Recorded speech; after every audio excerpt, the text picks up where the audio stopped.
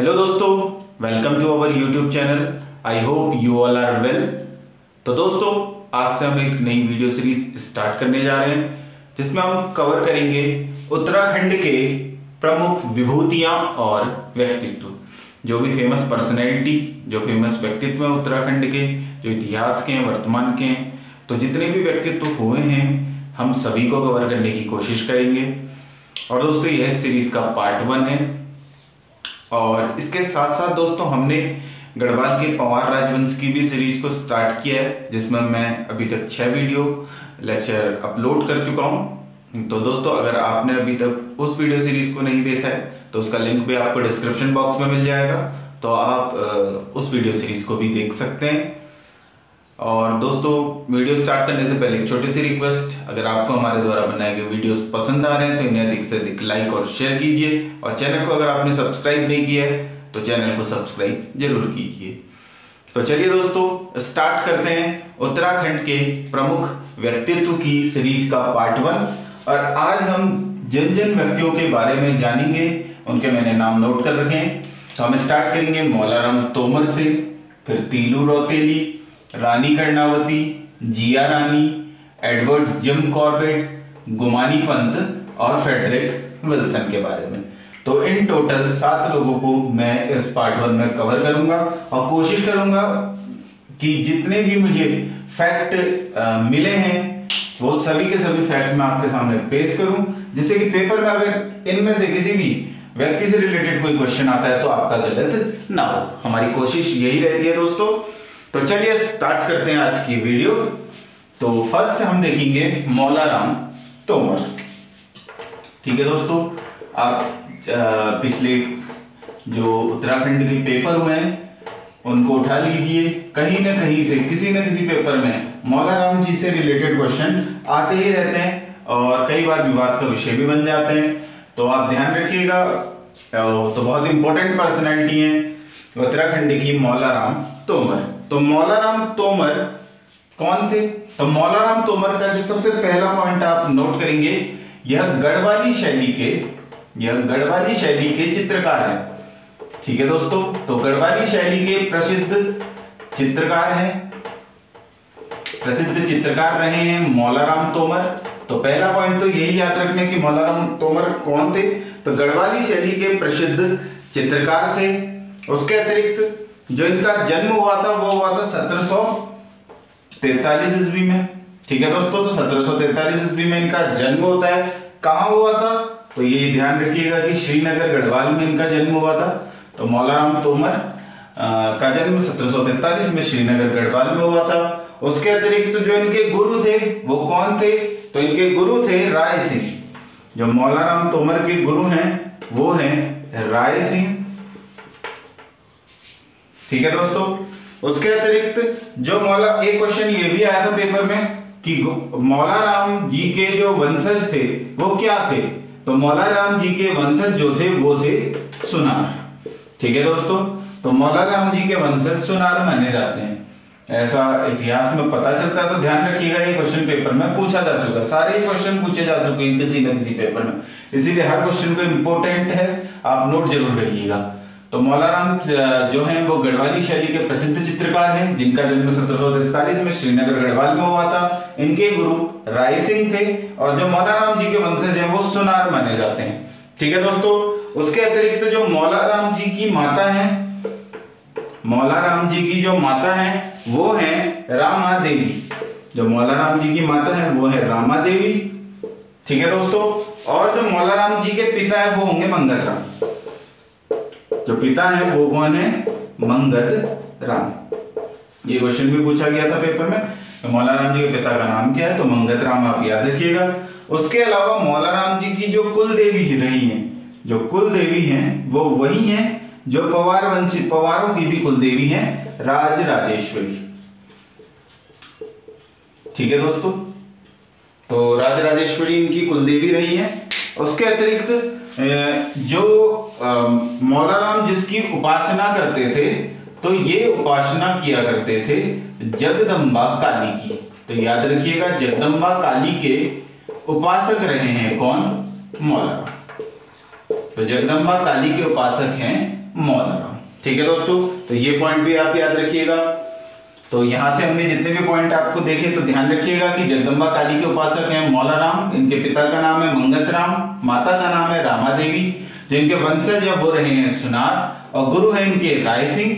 जन्म हुआ था 1743 में श्रीनगर में। उसके अतिरिक्त ये गढ़वाली शैली के प्रसिद्ध चित्रकार रहे हैं। ठीक है दोस्तों, अब मौलाराम से रिलेटेड जो इंपॉर्टेंट पॉइंट, तो मैं इसको भी मिटा देता हूँ दोस्तों।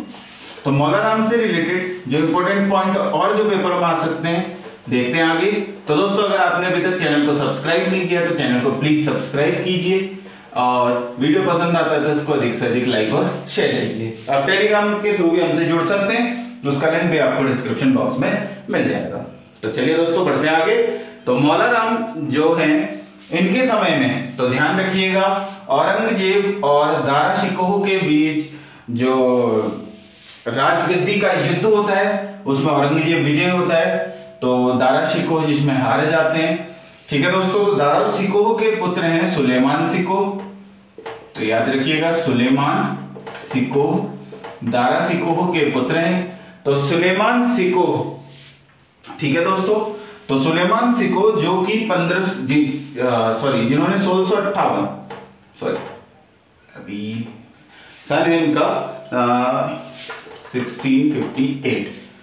ठीक है दोस्तों, तो याद रखिएगा कि जो सुलेमान शिकोह हैं जिन्होंने 1658 में, इस समय पृथ्वीपति शाह का शासन चल रहा होता है, तो इस समय जो 1658 की बात है, इस समय ये दिल्ली से भाग के आते हैं और इनके गढ़वाल में शरण मिलती है। ठीक है दोस्तों, तो ध्यान रखिएगा।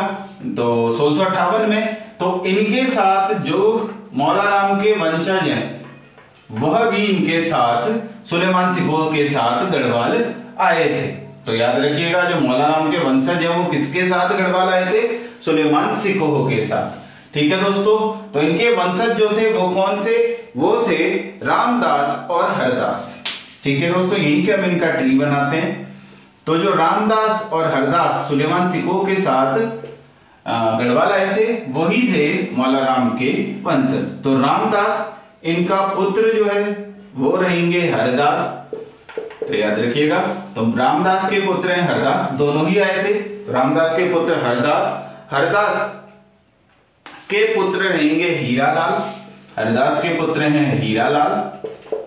ठीक है दोस्तों, हीरालाल के जो पुत्र रहेंगे वो रहेंगे मंगतराम। हीरालाल के पुत्र हैं मंगतराम, और मंगतराम के जो पुत्र रहेंगे वो रहेंगे मौलाराम।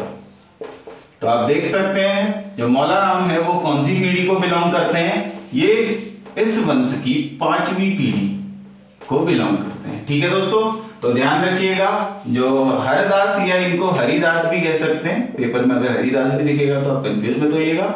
ठीक है दोस्तों, तो रामदास और हरदास या हरिदास सुलेमान शिकोह के साथ गढ़वाल आए थे और ये इनका वंश का क्रम है। आगे को हम इनके पुत्र और पौत्र की भी बात देखेंगे। तो अभी इतना ध्यान रखिएगा कि रामदास, रामदास के पुत्र हैं हरदास, हरदास के पुत्र हैं हीरालाल, हीरालाल के पुत्र हैं मंगतराम, और मंगतराम के पुत्र हैं मौलाराम। और ध्यान रखिएगा इनके जो वंशज हैं, ठीक है दोस्तों, तो मौलाराम के वंशज मूल रूप से कहां के माने जाते हैं? हिमाचल प्रदेश के माने जाते हैं। तो मौलाराम के जो वंशज हैं वो मूल रूप से हिमाचल प्रदेश के माने जाते हैं। तो आप ध्यान रखिएगा इस पॉइंट को भी दोस्तों। ठीक है, तो बढ़ते हैं आगे। उसके अलावा जो मौलाराम थे वो किस किस शासकों का संरक्षण इनको प्राप्त हुआ, या किस किस के दरबार में मौलाराम रहे? तो मौलाराम प्रदीप शाह, ध्यान रखिएगा प्रदीप शाह के बाद आए ललित शाह, ललित शाह के बाद आए जयकृत शाह, और जयकृत शाह के बाद आते हैं प्रद्युम्न शाह। तो इन सब पंवार वंशी राजाओं के दरबार में रहे थे मौलाराम। तो याद रखिएगा प्रदीप शाह, ललित शाह, जयकृत शाह और प्रद्युम्न शाह, इन सभी के दरबार में मौलाराम रहे थे। उसके अतिरिक्त जो देखिए प्रद्युम्न शाह या जयकृत शाह का बेटा कुंवर प्रीतम सिंह, कुंवर प्रीतम सिंह। तो कुंवर प्रीतम सिंह मौलाराम से पेंटिंग या मौलाराम से चित्रकला सीखने के लिए श्रीनगर, ठीक है दोस्तों, तो श्रीनगर जाया करते थे। ठीक है दोस्तों, तो टेहरी से श्रीनगर कुंवर प्रीतम सिंह मौलाराम से चित्रकला सीखने के लिए जाया करते थे। याद रखिएगा कुंवर प्रीतम सिंह। ठीक है दोस्तों, तो बढ़ते हैं आगे। उसके अलावा जो मौलाराम की चित्रशाला है वो भी ध्यान रखिएगा। मौलाराम का जन्म कहाँ हुआ था? श्रीनगर में, इसीलिए मौलाराम की जो चित्रशाला मिलेगी आपको वह भी कहाँ मिलेगी? श्रीनगर में। तो मौलाराम की चित्रशाला ये कहाँ है? ये भी है श्रीनगर में। तो याद रखिएगा, पेपर में पूछा जा सकता है। तो मौलाराम की चित्रशाला श्रीनगर में। उसके अतिरिक्त मौलाराम किन किन भाषाओं के ज्ञाता थे? तो मौलाराम हिंदी भी जानते थे, फारसी भी जानते थे और संस्कृत भी जानते थे। उसके अलावा गढ़वाली भी जानते थे। तो इन भाषाओं के ये ज्ञाता रहे हैं। ठीक है दोस्तों, उसके अलावा मौलाराम के पुत्र जो थे, इनके दो पुत्र हुए मौलाराम के। एक थे ज्वालाराम, ठीक है दोस्तों, और एक है शिवराम। तो ज्वालाराम और शिवराम मौलाराम के दो पुत्र हैं। तो इसी क्रम में तो शिवराम और इनके पौत्र या नाती कह सकते हैं, वो कौन है? तो ज्वालाराम और शिवराम मौलाराम के दो पुत्र हैं। उसके अलावा आत्माराम इनके पौत्र हैं। तो ध्यान रखिएगा, मौलाराम के पौत्र कौन है? आत्माराम। उसके अलावा जो मौलाराम है इनकी मृत्यु हुई थी कब? लगभग 1833 में। 1833 में मौलाराम की मृत्यु होती है। 1743 में इनका जन्म होता है। लगभग 90 वर्ष की आयु में 1833 में इनकी मृत्यु होती है। तो याद रखिएगा, मौलाराम की चित्रशाला श्रीनगर में है। हिंदी, फारसी, संस्कृत, गढ़वाली के ये विद्वान रहे हैं। मौलाराम के पुत्र हैं ज्वालाराम और शिवराम, और मौलाराम के पौत्र हैं आत्माराम, और इनकी मृत्यु होती है 1833 में। तो आई होप दोस्तों आपको यहाँ तक जो भी चीजें मैंने बताई उसमें कोई भी डाउट नहीं रहा होगा। तो बढ़ते हैं आगे। अभी मौलाराम के और भी क्वेश्चंस हैं बाकी, तो देखते हैं और क्या क्वेश्चन मौलाराम से आ सकते हैं। मौलाराम के रहे प्रसिद्ध चित्रकार हैं, इतिहासकार हैं, विद्वान हैं। तो इन्होंने कुछ रचनाएं की है। तो मौलाराम ने, ठीक है दोस्तों, तो सबसे पहला पॉइंट तो मंथन पंथ के संस्थापक, ठीक है दोस्तों, तो एक पंथ इन्होंने स्टार्ट किया था। तो मंथन पंथ के संस्थापक माने जाते हैं मौलाराम। ठीक है दोस्तों, अब इन्हीं के साथ साथ इनकी रचना भी याद रखिए। मंथन पंथ इन्होंने शुरू किया, तो इनकी रचना है मंथन सागर। एक रचना है इनकी मंथन सागर, ये इनकी रचना है। इनकी आध्यात्मिक रचना है मंथन सागर। तो मंथन सागर किसकी रचना है? ये मौलाराम की रचना है। उसके अलावा गढ़वाल वंश, ठीक है दोस्तों, तो गढ़वाल वंश यह भी किसकी रचना है? मौलाराम की। और ये किस भाषा में मिलेगी आपको? ब्रज भाषा में। तो गढ़वाल वंश ये भी मौलाराम की रचना और एक ब्रज भाषा की एक श्रेष्ठ रचना मानी जाती है। तो याद रखिएगा, मंथन सागर, गढ़वाल वंश। उसके अलावा मौलाराम ने कुल जो रचनाएं की वो लगभग 25 रचनाएं हैं इनकी।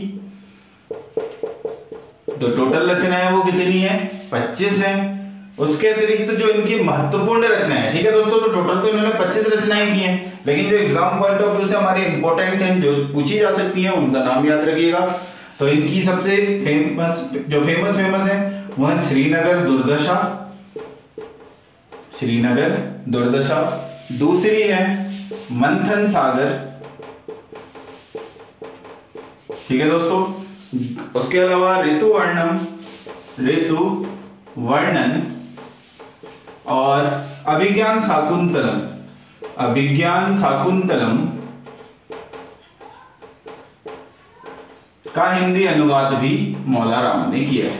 ठीक है दोस्तों, अभिज्ञान शाकुंतलम तो कालिदास ने लिखी है, इसका हिंदी में अनुवाद किया गया है मौलाराम के द्वारा। तो याद रखिएगा, श्रीनगर दुर्दशा, मंथन सागर, ऋतु वर्णन, अभिज्ञान शाकुंतलम का हिंदी अनुवाद, ये इनकी प्रमुख रचनाएं हैं। ठीक है दोस्तों, उसके अतिरिक्त गढ़वाल शैली का प्रमुख विषय, उसके अलावा गढ़वाल शैली में इन्होंने कौन कौन सी रचनाएं की हैं? तो गढ़वाल शैली में इन्होंने रचनाएं की हैं रुक्मणी मंगल, ये आपको गढ़वाल शैली में मिलेगी। इनकी रचनाएं जो गढ़वाल शैली में, एक है रुक्मणी मंगल, जो कृष्ण की पत्नी है रुक्मणी मंगल, रुक्मणी उन्हीं के नाम पे है, रुक्मणी मंगल। अन्य रचनाएं इनकी रामायण महाभारत, एक है रामायण, ठीक है, गढ़वाली शैली में ही मिलेगी, महाभारत। उसके अलावा कामसूत्र नवग्रह, ठीक है दोस्तों, तो क्या है कामसूत्र नवग्रह, कामसूत्र नवग्रह, ठीक है। और एक फेमस है दशावतार, तो ये गढ़वाली शैली में इनकी रचना है। तो इनकी रचनाएं कुछ याद रखिएगा। ये तो होगी इनकी अन्य रचनाएं, श्रीनगर जुलसा, मंथन सागर, ऋतुवर्णन, अभिज्ञान शाकुंतलम का हिंदी अनुवाद। उसके अलावा गढ़वाली शैली में जो आपको रचनाएं मिलेंगी वो मिलेंगी रुक्मणी मंगल, रामायण, महाभारत, दशावतार, कामसूत्र नवग्रह, ठीक है दोस्तों। आई होप आपको ये सभी रचनाएं समझ में आई होंगी। तो आप एक बार इनको रिवाइज कर लीजिएगा, इनके नोट्स बना लीजिएगा, क्योंकि देखिए दोस्तों अगर मैं नोट्स बना के दूंगा आपको तो वो स्पून फीडिंग वाली आदत हो जाएगी, आप इसी से नोट कर लेंगे और फिर बाद में हो सकता है कि आप रिवाइज ना करें। तो मैं आपको सारे के सारे टॉपिक पढ़ा रहा हूँ और कोशिश कीजिए कि आप खुद से ही नोट्स बनाएं, और अगर आप खुद से नोट्स बनाएंगे तो आपको ये क्वेश्चन सभी क्या हो जाएंगे, याद हो जाएंगे, पेपर में आपको इजी पड़ेगा, ठीक है दोस्तों। तो पेपर क्रैक करने के लिए हम ये फाइनमैन टेक्निक यूज कर रहे हैं, ठीक है दोस्तों। तो पहले आप इस वीडियो को देखिए, उसके बाद अपना जो जो आपको ध्यान में आता है उस हिसाब से इसको नोट्स बनाइए, ठीक है दोस्तों। तो देखते हैं, इसके बाद एक नाटक है मौलाराम जी का, क्या है, गढ़ गीत संग्राम, गढ़ गीत संग्राम। तो ये पूछा गया है क्वेश्चन कि गढ़ गीत संग्राम किसका नाटक है, तो गढ़ गीत संग्राम किसका नाटक है, ये मौलाराम जी का नाटक है। उसके अलावा मौलाराम जी ने दो चित्र बनाए, एक बनाया था इन्होंने प्रारंभिक काल में जब ये चित्रकला शुरू कर रहे थे, और एक चित्र बनाया इन्होंने प्रौढ़ काल में जब ये इसमें पारंगत हो गए, ठीक है दोस्तों। तो चित्रकला में जब प्रारंभिक काल और प्रौढ़ काल में इनके द्वारा दो चित्र बनाए गए हैं। तो प्रारंभिक काल में जो चित्र बनाया गया था, या प्रारंभिक अवस्था में हम बोल सकते हैं मौलाराम जी के द्वारा जो चित्र बनाया गया था वो मोर प्रिया चित्र है, ठीक है दोस्तों। तो मोर प्रिया चित्र मौलाराम जी के द्वारा प्रारंभिक काल में बनाया गया है, स्टार्टिंग जब मौलाराम जी ने चित्रकला की थी इस चित्र को बनाया था। और प्रौढ़ काल में जो चित्र है प्रमुख वो है मयंक मुखी चित्र, मयंक मुखी चित्र, ठीक है दोस्तों, मयंक चंद्रमा को कहते हैं। तो ये दो चित्र फेमस है, जो प्रारंभिक काल में बनाया मोर प्रिया चित्र और प्रौढ़ काल में बनाया गया मयंक मुखी चित्र, ठीक है दोस्तों।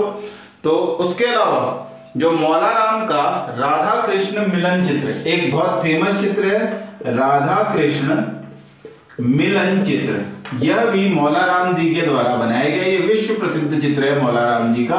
राधा कृष्ण के मिलन को इन्होंने दर्शाया अपने चित्र के माध्यम से। तो राधा कृष्ण मिलन चित्र यह भी मौलाराम जी के द्वारा बनाया गया, ठीक है दोस्तों। उसके अलावा जो मौलाराम जी के चित्रों को विश्व प्रसिद्धि दिलाने वाले हैं वो हैं बैरिस्टर मुकुंदीलाल, अभी हम इनको भी देखेंगे, मुकुंदीलाल। तो बैरिस्टर मुकुंदीलाल ने जो मौलाराम है उनकी चित्रकला को विश्व प्रसिद्धि दिलाई, या इसको प्रमोट किया, इसको दूर दूर तक फैलाया। तो बैरिस्टर मुकुंदीलाल ने इस मौलाराम के चित्रों को प्रसिद्धि दिलाने का मुख्य कार्य किया, ठीक है दोस्तों। और इन्होंने एक पुस्तक लिखी है जो कि 1968 में प्रकाशित हुई थी, बैरिस्टर मुकुंदीलाल की है गढ़वाल पेंटिंग्स, ठीक है दोस्तों। तो गढ़वाल पेंटिंग्स पुस्तक लिखी गई है, पेंटिंग्स ये पुस्तक लिखी गई है बैरिस्टर मुकुंदीलाल, और ये बेसिकली है क्या, मौलाराम के चित्रों का संग्रह है, उसके बारे में बैरिस्टर मुकुंदीलाल ने इसमें वर्णन किया है। तो ये सभी पॉइंट है आपके मौलाराम तोमस जी से रिलेटेड इंपॉर्टेंट, जो पेपरों में पूछे जा सकते हैं। तो आई होप दोस्तों आपको सभी पॉइंट समझ में आए होंगे। तो चलिए बढ़ते हैं आगे, अपनी दूसरी विभूति के बारे में जानते हैं। तो हमारी दूसरी विभूति रहेंगी कौन, तीलू रौतेला, तीलू रौतेली, वीरांगना तीलू रौतेली, वीरांगना तीलू रौतेली, वीरांगना तीलू रौतेली, इनके बारे में हम जानते हैं। तो इन्हें सबसे पहले क्या कहा जाता है, इन्हें गढ़वाल की लक्ष्मीबाई, या गढ़वाल की झांसी की रानी, कुछ भी कह सकते हैं। गढ़वाल की लक्ष्मी बाई किसे कहा जाता है? तो ये कहा जाता है तीलू रौतेली को। ठीक है दोस्तों, अब इन्होंने क्या, इनसे रिलेटेड क्या क्या पॉइंट पूछे जाएंगे तो आप ध्यान रखिएगा। हम धीरे धीरे स्टोरी में खुद ब खुद पहुंच जाएंगे। तो तीलू रौतेली का जन्म होता है गुराड़ गांव पौड़ी में। तो गुराड़ गांव पौड़ी से ये बिलोंग करती हैं। ठीक है दोस्तों, तो गुराड़ गांव पौड़ी गढ़वाल से ये बिलोंग करती हैं। उसके अलावा इनका जो वास्तविक नाम या बचपन का नाम हम कह सकते हैं, ये है तिलोत्तमा देवी।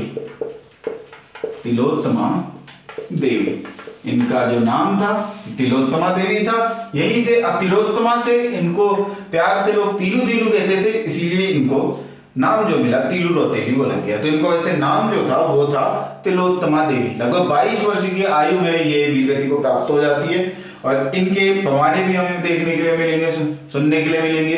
ठीक है दोस्तोस्तों, तो तिलोत्तमा देवी इनका वास्तविक नाम था, इनका पूरा नाम था। उसके अलावा इनका जो जन्म माना जाता है वो कब हुआ था? लगभग 1661 ईस्वी में इनका जन्म हुआ था। ठीक है दोस्तों, तो 1661 ईस्वी में लगभग इनका जन्म हुआ था। और आगे को देखें तो तीलू रौतेली की जो दो सहेली थी, एक थी बेलू और दूसरी थी देवली। तो इनकी दो सहेलियां हैं, एक है बेलू और दूसरी है देवली। ठीक है दोस्तों, और जो इनकी घोड़ी है, इनकी घोड़ी का नाम है बिंदुली। नाम याद रखिएगा, जैसे आपको महाराणा प्रताप के घोड़े का नाम याद रखना पड़ता है चेतक, ठीक उसी प्रकार तीलू रौतेली की घोड़ी जो थी उनका नाम था बिंदुली। ठीक है दोस्तों, उसके अलावा जो तीलू रौतेली है वो कुलदेवी है इनकी राजराजेश्वरी, जो कि पवारों की कुलदेवी रही है।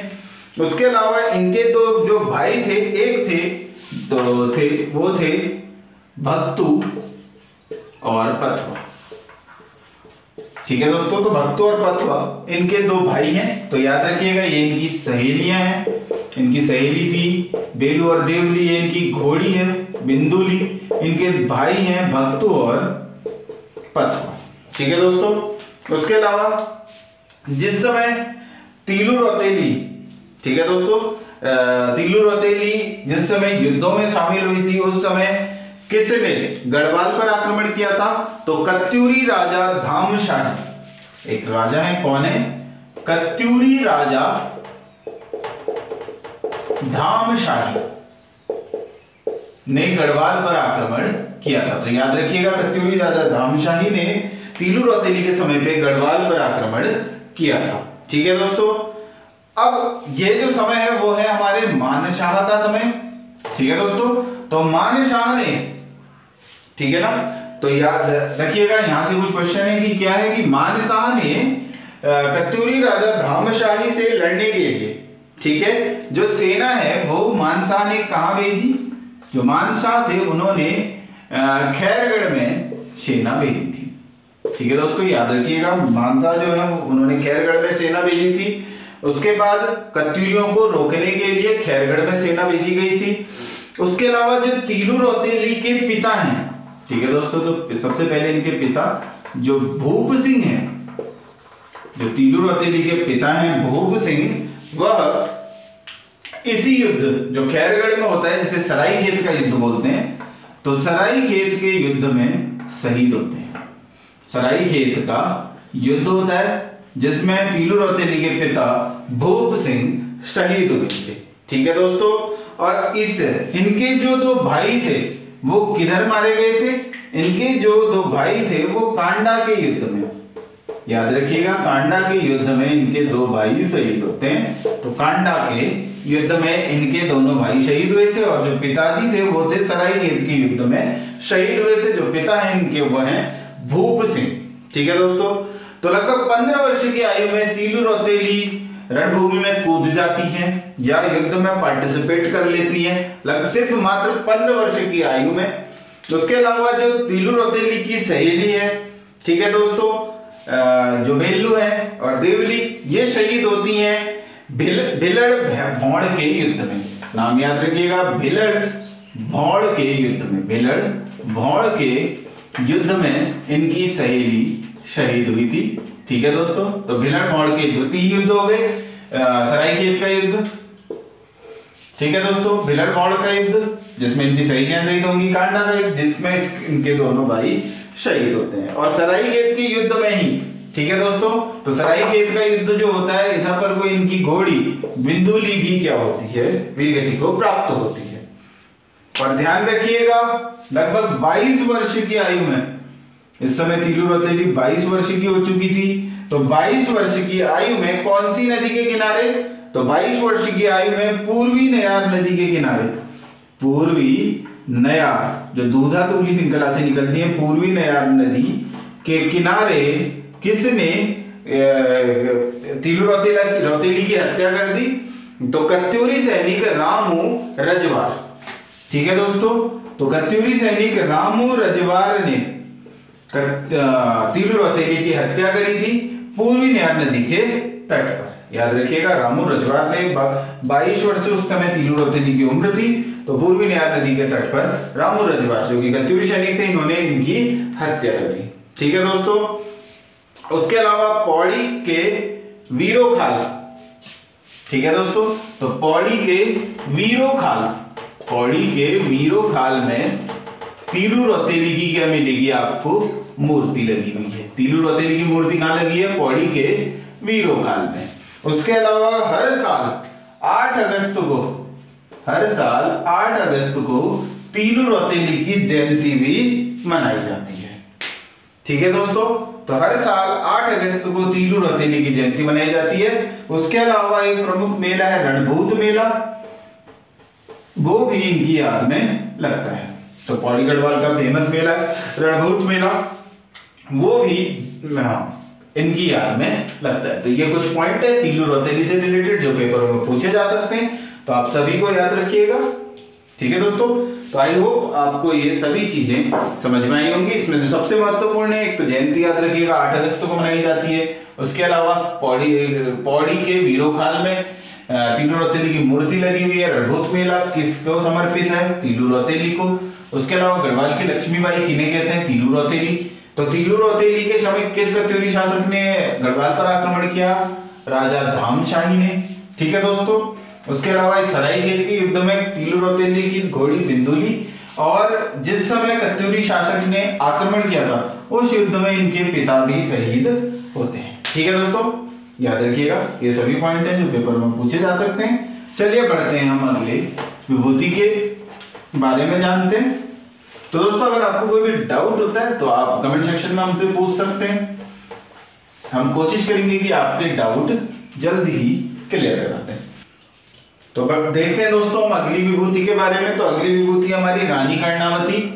इसको मैंने गढ़वाल के पमार वंश में भी आपको बताया है कि रानी कर्णावती के बारे में मैंने सारे पॉइंट वहां कवर किए थे। एक बार इनको फटाफट में देख लेते हैं। आप गढ़वाल का पमार वंश देखेंगे, उसमें आप जैसे ही महिपति शाह वाला वीडियो देखेंगे उसमें आपको रानी कर्णावती मिल जाएगी। ठीक है दोस्तों, आपको जैसे ही आप गढ़वाल के पमार वंश की प्लेलिस्ट में जाएंगे वहां आपको हमारा थंबनेल देख के पता चल जाएगा कि इसमें कर्णावती होंगी। ठीक है दोस्तों, तो रानी कर्णावती जो कि पृथ्वीपति शाह की संरक्षिका है, महिपति शाह की पत्नी है।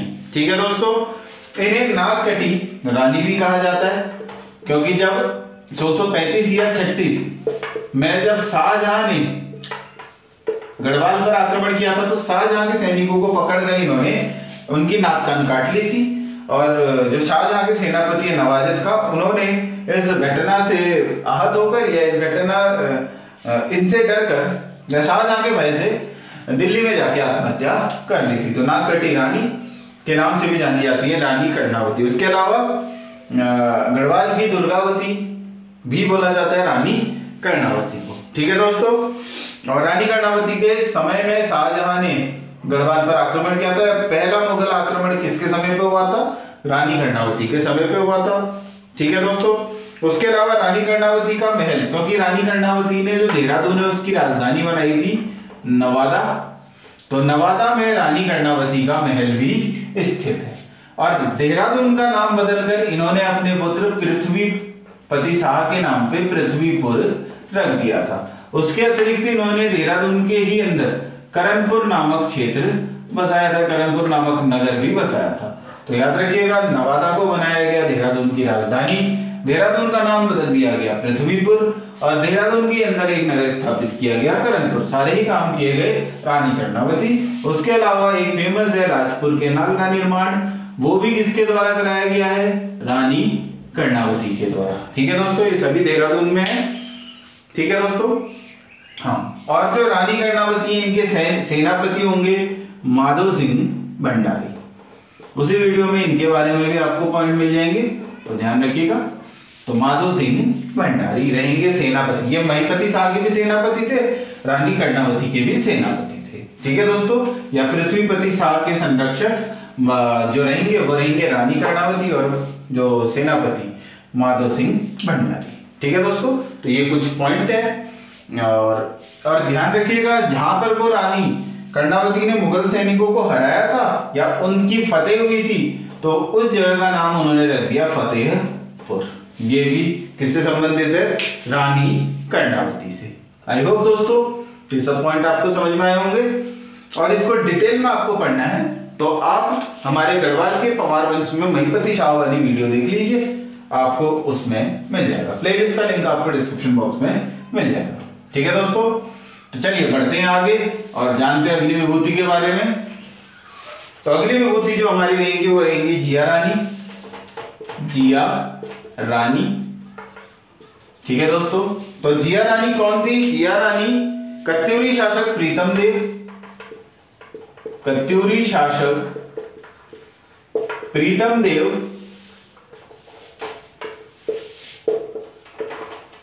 या इन्हीं को बोला जाता है पिथौरा शाही। ठीक है दोस्तों, पिथौरागढ़ के राजा पिथौरा शाही। तो कत्यूरी जो जिया रानी थी वो कत्यूरी शासक प्रीतम देव, जिनको बोला जाता है पिथौरा शाही, इनकी दूसरी पत्नी थी। ठीक है दोस्तों, तो इनकी पत्नी थी जिया रानी। अब जिया रानी को क्या बोला जाता है? अभी हमने देखा गढ़वाल की लक्ष्मीबाई बोला जाता है। किसको? गढ़वाल की लक्ष्मीबाई बोला जाता है तीलू रौतेली को।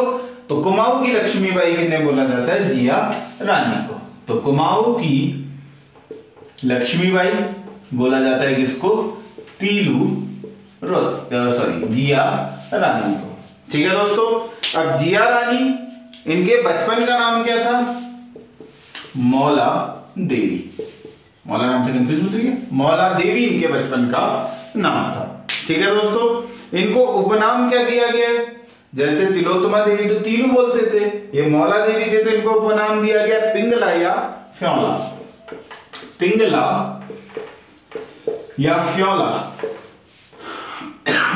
पिंगला या फ्योला इनके उपनाम है। याद रखिएगा, पिंगला फ्योला किसके उपनाम है? ये जिया रानी के उपनाम है। ठीक है दोस्तों, पिथौरागढ़ की राजमाता होने के कारण इन्हें क्या बोला जाता है? जिया रानी। ठीक है दोस्तों, तो पिथौरा शाही की पत्नी है, पिथौरा शाही की दूसरी पत्नी है, पिथौरागढ़ की राजमाता। तो पिथौरागढ़ की राजमाता होने के कारण, पिथौरागढ़ की राजमाता होने के कारण इन्हें क्या बोला जाता था? जिया रानी। ठीक है दोस्तों, तो जिया रानी बोला जाता था। उसके अलावा जिया रानी की जो समाधि मिलेगी, तो उसको जानने से पहले हम देखते हैं जिया रानी क्यों फेमस है। तो जिया रानी और किसके बीच में युद्ध होता है? जिया रानी और तैमूर लंग। तो जिया रानी और तैमूर लंग के मध्य युद्ध हुआ था। तो यह युद्ध कहां हुआ था? यह युद्ध हुआ था रानीबाग में, हल्द्वानी के पास ये जगह पड़ेगी, काठगोदाम के पास आप देख सकते हैं। तो रानीबाग में ये युद्ध होता है जिया रानी और तैमूर लंग के बीच में, और जिस युद्ध में जिया रानी विजयी होती है। ठीक है दोस्तों, और इस युद्ध में विजय होने के उपलक्ष्य में ही कुमाऊं में कौन सा त्योहार मनाया जाता है? घुघुतिया त्योहार मनाया जाता है। ठीक है दोस्तों, तो जिया रानी की जीत को सेलिब्रेट करने के लिए घुघुतिया त्योहार मनाया जाता है। तो जिया रानी और तैमूर लंग के मध्य युद्ध कब हुआ था? तो कहां हुआ था? ये हुआ था रानीबाग में। ठीक है दोस्तों, इसीलिए जो जिया रानी की मूर्ति है वो भी कहाँ है? जिया रानी की मूर्ति या समाधि बोल सकते हैं, जो समाधि है वो कहाँ है? वो भी आपको मिलेगी रानी बाग में। ठीक है दोस्तों, तो रानी बाग में आपको जिया रानी की समाधि देखने के लिए मिलेगी। ठीक है दोस्तों, तो कुमाऊं की लक्ष्मीबाई, वैसे नाम था इनका वास्तविक नाम मौला देवी। पिथौरागढ़ की राजमाता होने के कारण इन्हें बोला जाता था जिया रानी।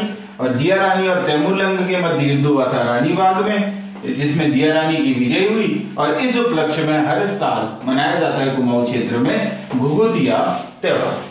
ठीक है दोस्तों, तो आई होप आपको ये समझ में आया होगा। तो बढ़ते हैं आगे और जानते हैं अगली विभूति के बारे में, एडवर्ड जिम कॉर्बेट। तो जिनके नाम पे जिम कॉर्बेट नेशनल पार्क का नाम है एडवर्ड जिम कॉर्बेट।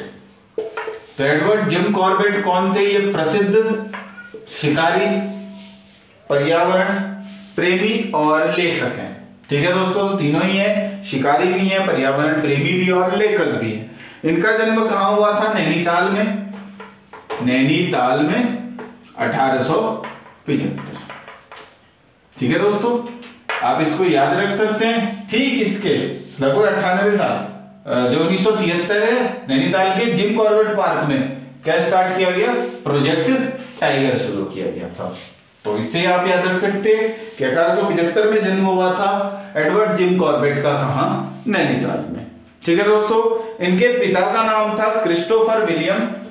पिता जो होंगे इनके वो हैं क्रिस्टोफर विलियम। ठीक है दोस्तों, क्रिस्टोफर विलियम इनके पिता का नाम, और माता का नाम है मैरी जेन। मैरी जेन ये इनकी माता का नाम। ठीक है दोस्तों, उसके अलावा जो इनकी हम पुस्तकों की बात करें तो जो इनकी प्रथम पुस्तक थी वो कौन सी थी? Man eater of Kumaon. अगर हम इनकी पुस्तकों की बात करें तो इनकी प्रथम पुस्तक कौन सी रहेगी? Man eater of Kumaon. Man eater of Kumaon इनकी प्रथम पुस्तक है। उसके अतिरिक्त जो इनकी जो फेमस है बुक्स जो इन्होंने लिखी हैं जो, तो वो है वो माई इंडिया, माई इंडिया। ठीक है दोस्तों, तो माई इंडिया। उसके अलावा man eating leopard Rudraprayag, man eating leopard Rudraprayag. और जो रहेंगी वो रहेगी the hunter friends, the hunter friends. ठीक है दोस्तों, इसके अलावा टेंपल टाइगर, टेंपल टाइगर। और जो इनकी एक अंतिम पुस्तक रही है वो रही है ट्री टॉप। ट्री टॉप इनकी अंतिम पुस्तक है जो कि प्रकाशित हुई थी 1955 में। तो याद रखिएगा ट्री टॉप जिम कॉर्बेट की अंतिम पुस्तक है। तो ये कुछ पुस्तकें याद रखिएगा। मैन ईटर ऑफ कुमाऊं ये प्रथम है। उसके अलावा my India, man eating leopard of Rudraprayag, the hunter friends, temple tiger और ट्री टॉप, ये कुछ फेमस है। उसके अलावा 1955 में इनकी पुस्तक जो लास्ट पुस्तक आई थी, तो 1957 में जो कॉर्बेट नेशनल पार्क है उनका नाम, उसका नाम जिम कॉर्बेट के नाम पे रखा गया। तो उसको जिम कॉर्बेट नेशनल पार्क कहते हैं, या कॉर्बेट नेशनल पार्क। उससे पहले Hailey national park, Hailey national park उसका नाम था। उसका नाम किसके नाम पे रखा गया? उसका नाम जिम कॉर्बेट के नाम पे कॉर्बेट नेशनल पार्क कर दिया गया। तो कब किया गया? 1957 में। उसके अलावा याद रखिएगा कि जो ये पार्क है ये एशिया का सबसे पुराना नेशनल पार्क है। और जो डाक टिकट जारी किया गया था इनके नाम पे, ठीक है दोस्तों, तो इनके नाम पे डाक टिकट, तो इनका जन्म हुआ था 1875, तो 1976 जब 101 साल हो गए इनके जन्म को, उस साल जिम कॉर्बेट के नाम पे डाक टिकट जारी किया गया भारत सरकार के द्वारा।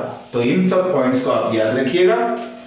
ठीक है दोस्तों, आई होप आपको ये सभी पॉइंट समझ में आए होंगे। तो बढ़ते हैं आगे और जानते हैं हम अपने अगली विभूति के बारे में। तो दोस्तों हम उम्मीद करते हैं हमारे द्वारा बनाए गए वीडियोस पसंद आ रहे होंगे, तो आप इन्हें अधिक से अधिक लाइक और शेयर कीजिए दोस्तों। थोड़े व्यूज ज्यादा आने चाहिए, हमें भी मोटिवेशन मिलता है। चैनल को सब्सक्राइब करवाइए अपने दोस्तों से। ठीक है दोस्तों, तो चलिए बढ़ते हैं आगे। उसके बाद जानते हैं हम गुमानी पंत। ठीक है दोस्तों, तो इनको बोला जाता है वैद्यराज गुमानी पंत। याद रखिएगा एक वैद्य है ये। ठीक है, तो इनका जन्म जो हुआ था वो हुआ था 1790। कौन सी जगह में? काशीपुर में। तो 1790 में काशीपुर में इनका जन्म हुआ था। इनके माता का नाम था देवमंजरी, माता है इनकी देवमंजरी, और जो इनके पिता हैं वो हैं हरिदत्त पंत। तो हरिदत्त पंत और देवमंजरी के ये पुत्र हैं। ठीक है दोस्तों, और इनका जो अगर हम पूरा नाम बोले तो इनका पूरा नाम क्या है बताइएगा?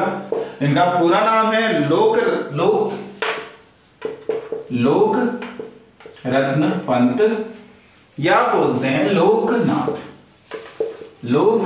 पंत।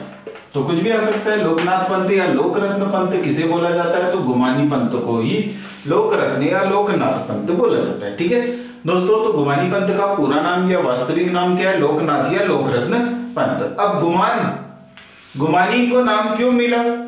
क्योंकि गुमानी पंत काशीपुर के राजा, ठीक है दोस्तों, तो काशीपुर के राजा गुमान देव के दरबार में थे। तो गुमान देव के दरबार में कौन रहते थे? गुमानी पंत। तो इन्होंने ही इन्हें गुमानी की उपाधि दी थी। तो याद रखिएगा, जो गुमानी पंत हैं वो किस राजा के दरबार में थे? तो काशीपुर के राजा गुमान देव के दरबार में थे। ठीक है दोस्तों, उसके अलावा ये और एक और राजा के दरबार में रहे हैं जो टिहरी नरेश, टिहरी के राजा नरेंद्र शाह। तो इन दोनों का ही नाम याद रखिएगा, दोनों के ही दरबार में रहे हैं गुमानी पंत। तो नरेंद्र शाह वैद्य हैं ये। ठीक है दोस्तों, तो एक तो है काशीपुर के राजा गुमान देव और दूसरे हैं टिहरी के राजा नरेंद्र शाह। उसके अतिरिक्त जो इनकी रचनाएं हैं, इनकी जो प्रमुख रचनाएं हैं गुमानी पंत की, वो कौन कौन सी हैं? एक तो है गंगा शतक। उसके अतिरिक्त जो आपको दूसरी मिलेगी वो कौन सी मिलेगी? राम महिमा। और दोस्तों इसके अतिरिक्त नीति शतक। ठीक है दोस्तों, नीति शतक, ये कुछ इनकी प्रमुख पुस्तकें। ठीक है दोस्तों, यह प्रमुख रचनाएं गंगा शतक, राम महिमा, नीति शतक। तो याद रखिएगा 1790 में इनका काशीपुर में क्या हुआ था? जन्म हुआ था। और देवमंजरी और हरिदत्त पंत के पुत्र हैं। इनका पूरा नाम है लोकरत्न पंत या लोकनाथ पंत। उसके अतिरिक्त काशीपुर के राजा गुमान सिंह देव और टिहरी के राजा नरेंद्र शाह के दरबार में रहे हैं। तो इन्हीं सभी पॉइंट को आप ध्यान रखिएगा। चलिए देखते हैं आज की अंतिम विभूति, जिसे हम बोलेंगे फ्रेडरिक विल्सन या फिर इन्हें बोला जाता है पहाड़ी विल्सन। ठीक है दोस्तों, तो चलिए बढ़ते हैं आज इस वीडियो की जो हम अंतिम विभूतियां, क्योंकि मैं कोशिश कर रहा हूँ कि मैं ज्यादा से ज्यादा क्योंकि उत्तराखंड में बहुत सारी विभूतियां आप देखेंगे, तो अगर हम एक के लिए वीडियो बनाएंगे तो ये वीडियो सीरीज बहुत लंबी हो जाएगी। तो मैंने कोशिश की है कि मैंने इस वीडियो सीरीज में आपकी जो 7 इंपॉर्टेंट विभूतियां हैं उनको कवर करने की। तो अब हम देखेंगे जो वो है फ्रेडरिक विल्सन, जिसे बोला जाता है क्या? पहाड़ी विल्सन। नाम याद रखिएगा, पहाड़ी विल्सन।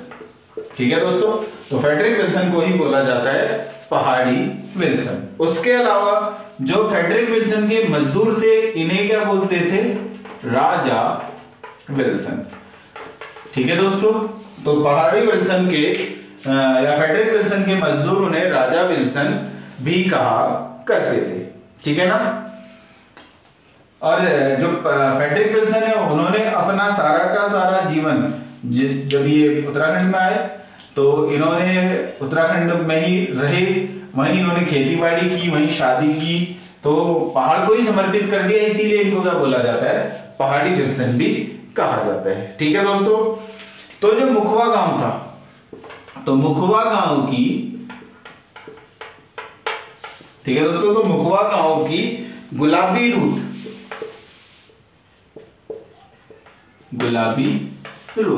ठीक है दोस्तों, तो मुखवा गांव की संग्रामी गुलाबी रूथ से इन्होंने विवाह किया। कहीं पर इनका नाम मिलेगा आपको रायवती। ठीक है दोस्तों। तो गुलाबी रुख बोले या रायवती, इनसे इन्होंने विवाह किया था। तो इनसे इन्होंने क्या किया था? विवाह किया था। और जो पहाड़ी विल्सन है, ठीक है दोस्तों, तो पहाड़ी विल्सन किस क्षेत्र में रहा करते थे? ये रहा करते थे पौड़ी के हर्षिल में। ठीक है दोस्तों। तो हर्षिल में इन्होंने जो इसका इंपॉर्टेंट पॉइंट है, पहाड़ी विल्सन में उत्तराखंड में क्या शुरुआत की? एक तो इन्होंने हर्षिल में आलू की खेती की शुरुआत की। ठीक है दोस्तों। तो आलू की खेती की शुरुआत इनके द्वारा की गई हर्षिल में। उसके अलावा सेब के बगीचे इनने लगाए हर्षिल क्षेत्र में। ठीक है दोस्तों। जिसकी प्रजाति को, जिस आजकल जो सेब की प्रजाति होती है हर्षिल में, उसको विल्सन ही बोला जाता है। इन्हीं के नाम पे उसको विल्सन सेब बोला गया है। ठीक है दोस्तों। उसके अलावा जो 1840 में इन्होंने यहाँ पट्टे पे जमीन ली, मतलब ऑफिशियली जमीन यहाँ खरीदी थी, पट्टे पे जमीन खरीदी थी इन्होंने। उसके अलावा 1864 में इन्होंने विल्सन कॉटेज बनवाया हर्षिल में, विल्सन कॉटेज का निर्माण किया। तो ये सभी पॉइंट आप याद रखिएगा। तो हर्षिल में आलू की खेती की शुरुआत, या उत्तराखंड में आलू की खेती की शुरुआत फ्रेडरिक विल्सन के द्वारा। सेब के बगीचे लगाए गए, सेब के बगीचे इनके द्वारा लगाए गए। उसके अलावा 1840 में इन्होंने उत्तराखंड में पट्टे में जमीन खरीदी थी और 1864 में इन्होंने विल्सन कॉटेज का निर्माण किया। और मसूरी में याद रखिएगा, जो इनकी कब्र है, जो पहाड़ी विल्सन की कब्र है या फ्रेडरिक विल्सन की कब्र है, वो कहाँ मिलेगी? मसूरी के कैमल बैंक रोड। तो कैमल बैंक रोड में जो कब्रिस्तान है, वहां इनकी कब्र बनी हुई है। ठीक है दोस्तों। तो मसूरी के कैमल बैंक रोड नामक स्थान में या नामक कब्रिस्तान में फ्रेडरिक विल्सन की कब्र है। तो आई होप आपको ये सभी पॉइंट समझ में आए होंगे। और हम दोस्तों उम्मीद करते हैं कि आज की वीडियो में आपको मजा आया होगा। और अगर आपको कोई भी डाउट है, कोई क्वेश्चन आप पूछना चाहते हैं, या कोई भी क्वेरी या कोई सजेशन हमें देना चाहते हैं, तो आप कमेंट सेक्शन के थ्रू हमें दे सकते हैं। उसके साथ साथ अगर आपने हमारे टेलीग्राम चैनल को ज्वाइन नहीं किया है, तो दोस्तों उसे भी ज्वाइन कर लीजिए। उसका लिंक भी आपको डिस्क्रिप्शन बॉक्स में मिल जाएगा। और अगर आपने अभी तक हमारे चैनल को सब्सक्राइब नहीं किया है, तो दोस्तों प्लीज चैनल को सब्सक्राइब कीजिए। इस वीडियो को अधिक से अधिक लाइक और शेयर कीजिए। इसी तरह हमें सपोर्ट करते रहिए, ताकि हम और डिफरेंट टॉपिकों में भी वीडियो ला सकें। और दोस्तों हम कोशिश करेंगे कि जल्दी ही हम रीजनिंग के वीडियो भी स्टार्ट कर दें। मैं कोशिश करूंगा कि आज ही मैं पहला वीडियो जो रीजनिंग का है वो अपलोड कर दूं, वरना मैं कल तो जरूर अपलोड कर दूंगा। ठीक है दोस्तों। तो इसी आशा के साथ आपका दिन शुभ हो। जय हिंद, वंदे मातरम, जय उत्तराखंड।